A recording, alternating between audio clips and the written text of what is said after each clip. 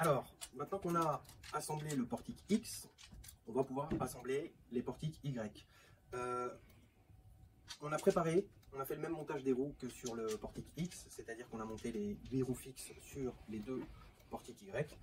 Vous pouvez retrouver cette étape détaillée dans le montage du portique X.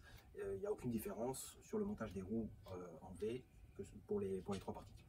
Maintenant, la différence entre les portiques Y et X va notamment être qu'on va monter sur les portiques Y des blocs destinés à venir fixer l'écrou de la vis à billes. Donc on va le monter sur les deux. C'est bien sûr expliqué dans le manuel propriétaire. On va commencer par cette étape. Il nous faut donc pour les deux portiques, il nous faut 8 vis M5 par 10. Je prépare ici, ainsi qu'une clé Allen de 4, je pense. Clé de 4, absolument. Alors, une chose importante, il va falloir penser que la face la plus haute du portique, d'accord, elle va être vers l'intérieur de la machine. Okay, donc, le portique que je tiens dans mes mains, tel que je le tiens là, va être mon portique gauche. Je vous laisse voir ça. Et donc ça veut dire que mes moteurs, en fait, il va être présenté comme ça. Mes moteurs sont ici, de ce côté-là de la wasteboard.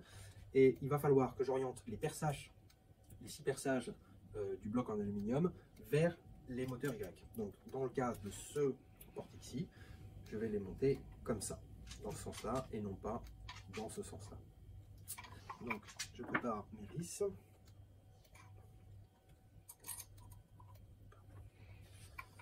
Je me réfère bien toujours au sens de montage. Ici. Et je vais visser mon bloc. Alors, vous avez sur le dessus du portique des jours qui vous permettent de passer la clé Allen. C'est plus pratique pour visser que de passer par l'intérieur du portique. Alors, pour les vis qui sont à l'intérieur du portique, c'est-à-dire côté de la paroi la plus longue, il faudra quand même à la fin faire des opérations de précision, c'est-à-dire faire ce que je fais là. On n'a pas beaucoup de liberté de mouvement, donc c'est un tout petit peu long, mais c'est nécessaire pour terminer le vissage de la vis, parce que la clé Allen, bien qu'elle soit très longue, n'a pas la longueur tout à fait suffisante pour atteindre le haut du truc.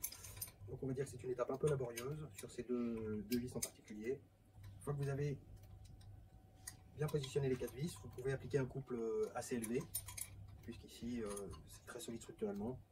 Et le plus vous serrez, le moins vous avez de risque que ça se desserre, notamment à cause des vibrations.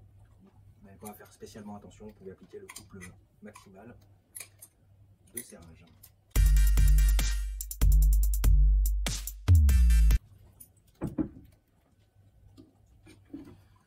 On fait strictement la même chose sur le second portique, en sachant qu'ils vont devoir être symétriques jusqu'à cette étape-là, c'est-à-dire qu'ils vont se positionner comme ça sur la machine, et que si mes perçages sont orientés vers la caméra, les perçages de ce bloc-là devront aussi, dans l'exemple, être orientés vers la caméra.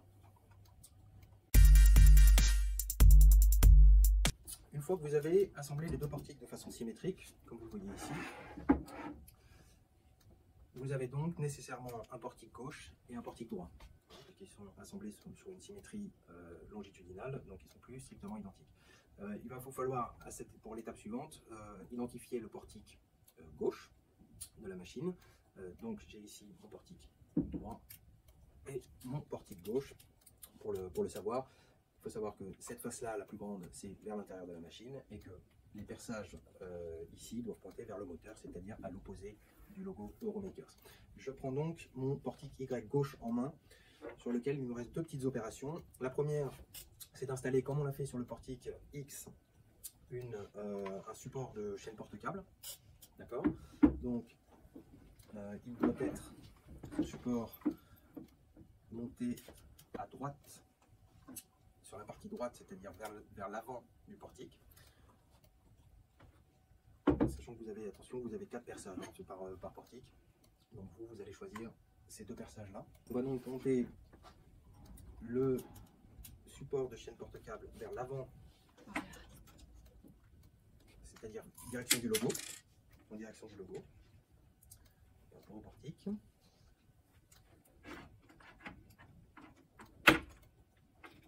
Il va nous falloir une clé Allen de 2,5. Et toujours sur ce portique gauche, la dernière opération, ça va être d'installer le limit switch qui, lui, doit être à l'opposé pour ce portique du support de chaîne porte-câble. Donc, je vais installer mon limit switch de ce côté-ci à l'aide de deux vis M2.5 par 10 ainsi que deux petites rondelles fondues. Alors faites attention, les rondelles sont toutes petites. Si elles tombent, elles sont difficiles à retrouver.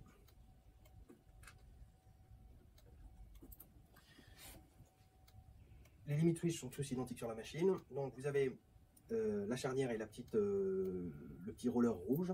Alors le roller rouge doit être à l'extérieur du portique, d'accord, et vers le bas.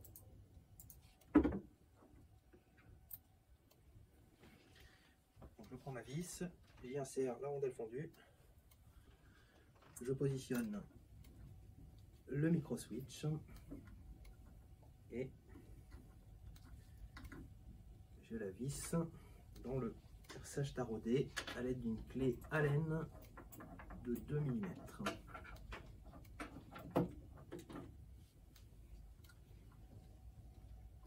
Qui vous est évidemment fournie dans le jeu de clé Allen.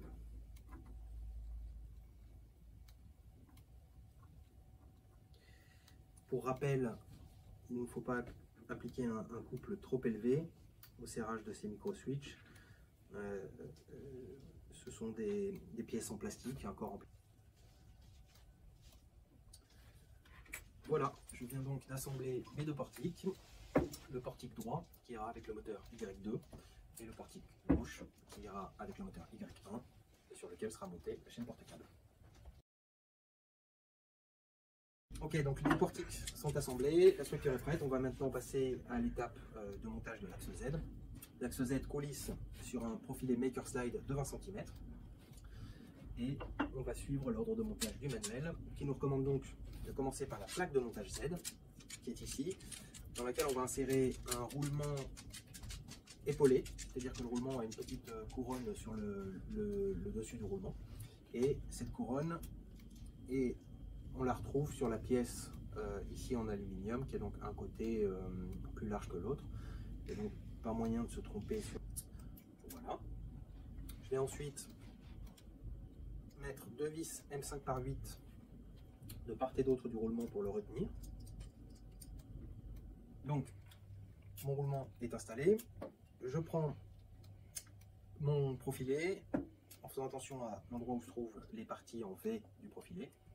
Je vais maintenant fixer la plaque en haut du profilé en faisant attention à ce que les vis dont que je viens d'utiliser pour serrer le roulement soit vers le bas, c'est-à-dire vers le profilé. Donc, je le positionne comme ceci.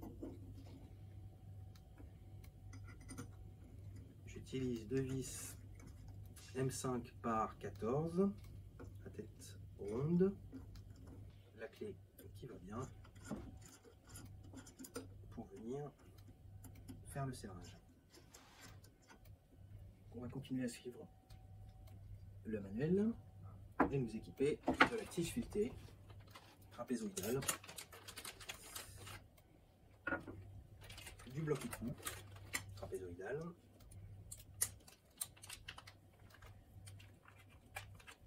on aura aussi besoin à cette étape de la poulie pointée GT2 avec un aiguisage de 8 mm. Faites attention, vous avez plusieurs poulies GT2. L'aiguisage de 8 mm, c'est donc le diamètre du perçage à l'intérieur qui correspond au diamètre ici de tige filetée trapézoïdale.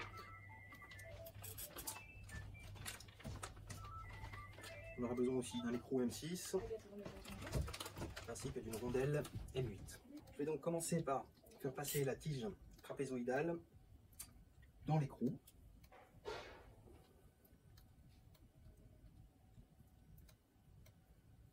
Là, première étape. Ensuite, je vais mettre mon prémontage de l'axe Z à la verticale et faire passer la tige à l'intérieur de la partie usinée évidemment de la tige à l'intérieur de l'écrou. Puis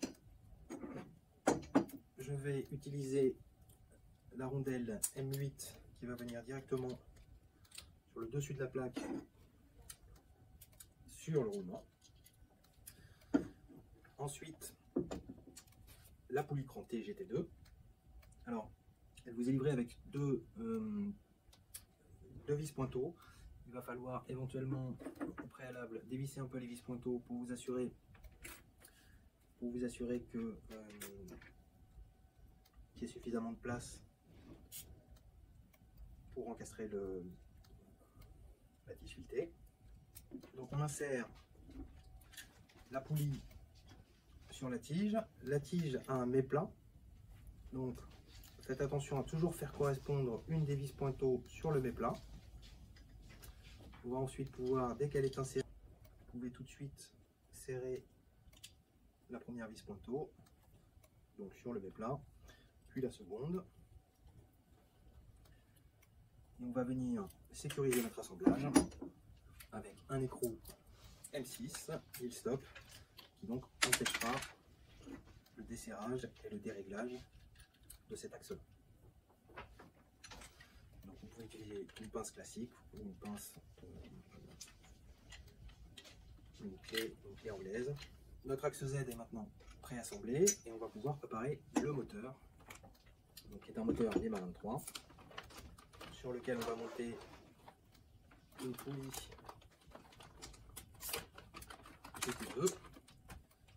Alors cette fois il s'agit d'une poulie GT2 avec un alésage de 6,35 mm qui est le standard des moteurs Lima 23. Même topo, je fais attention à ce que les vis pointeaux ne dépassent pas. J'insère ma poulie crantée sur le moteur.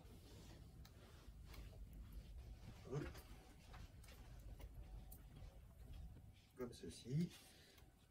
Alors essayez de faire coïncider le haut de la poulie avec le haut de l'arbre. Et bien, et toujours une vis pointeau serrée sur le méplat de l'arbre. Hein, quand les deux vis sont serrées, on va monter le moteur par le dessous de la plaque, comme ici. Alors, lisez bien les instructions. En général, on va recommander d'orienter le connecteur blanc d'un côté ou de l'autre, plutôt que vers l'arrière. D'accord ? Donc moi, je choisis de le monter pour qu'il s'oriente vers la droite de la machine. Donc, c'est-à-dire, quand j'ai le logo ici, on va avoir vers la gauche de la machine, pardon. Comme ceci, donc. Et je vais utiliser les vis. Ce sont donc des M5 par 20 avec des rondelles. Vous noterez que le moteur est monté sur des perçages oblongs qui permettent donc de régler l'avancée du moteur. Ça nous servira après pour le réglage de la tension de la courroie. Pour l'instant, contentez-vous d'insérer les vis M5 par 20 avec une petite rondelle. Et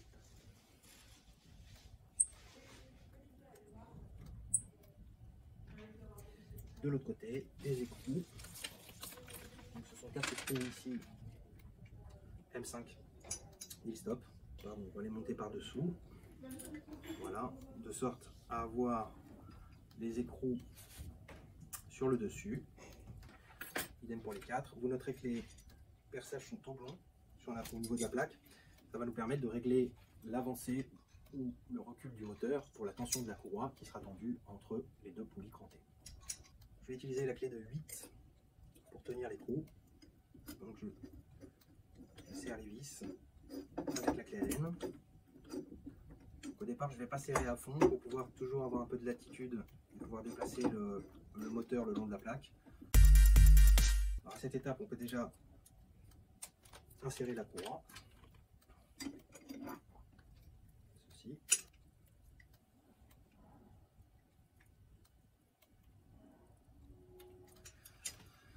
Voilà. Donc, une fois que la courroie est préinstallée sur le montage du portique Z, je vais pouvoir procéder au serrage progressif des vis. Pour tendre la courroie, c'est très simple. il suffit de tirer le moteur dans cette direction-là et d'être prêt à serrer une des vis. Comme ceci.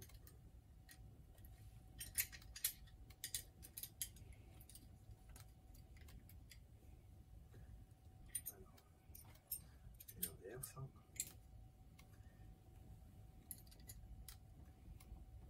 Donc en appliquant, je vais figer la position du moteur. Et je me retrouve avec une courroie qui est correctement tendue. Si la tension n'est pas bonne du premier coup, vous pourrez évidemment l'ajuster au cours de la vie de la machine ou après vos premiers tests. Cette partie de l'axe Z est prête, et on va pouvoir passer à l'étape suivante.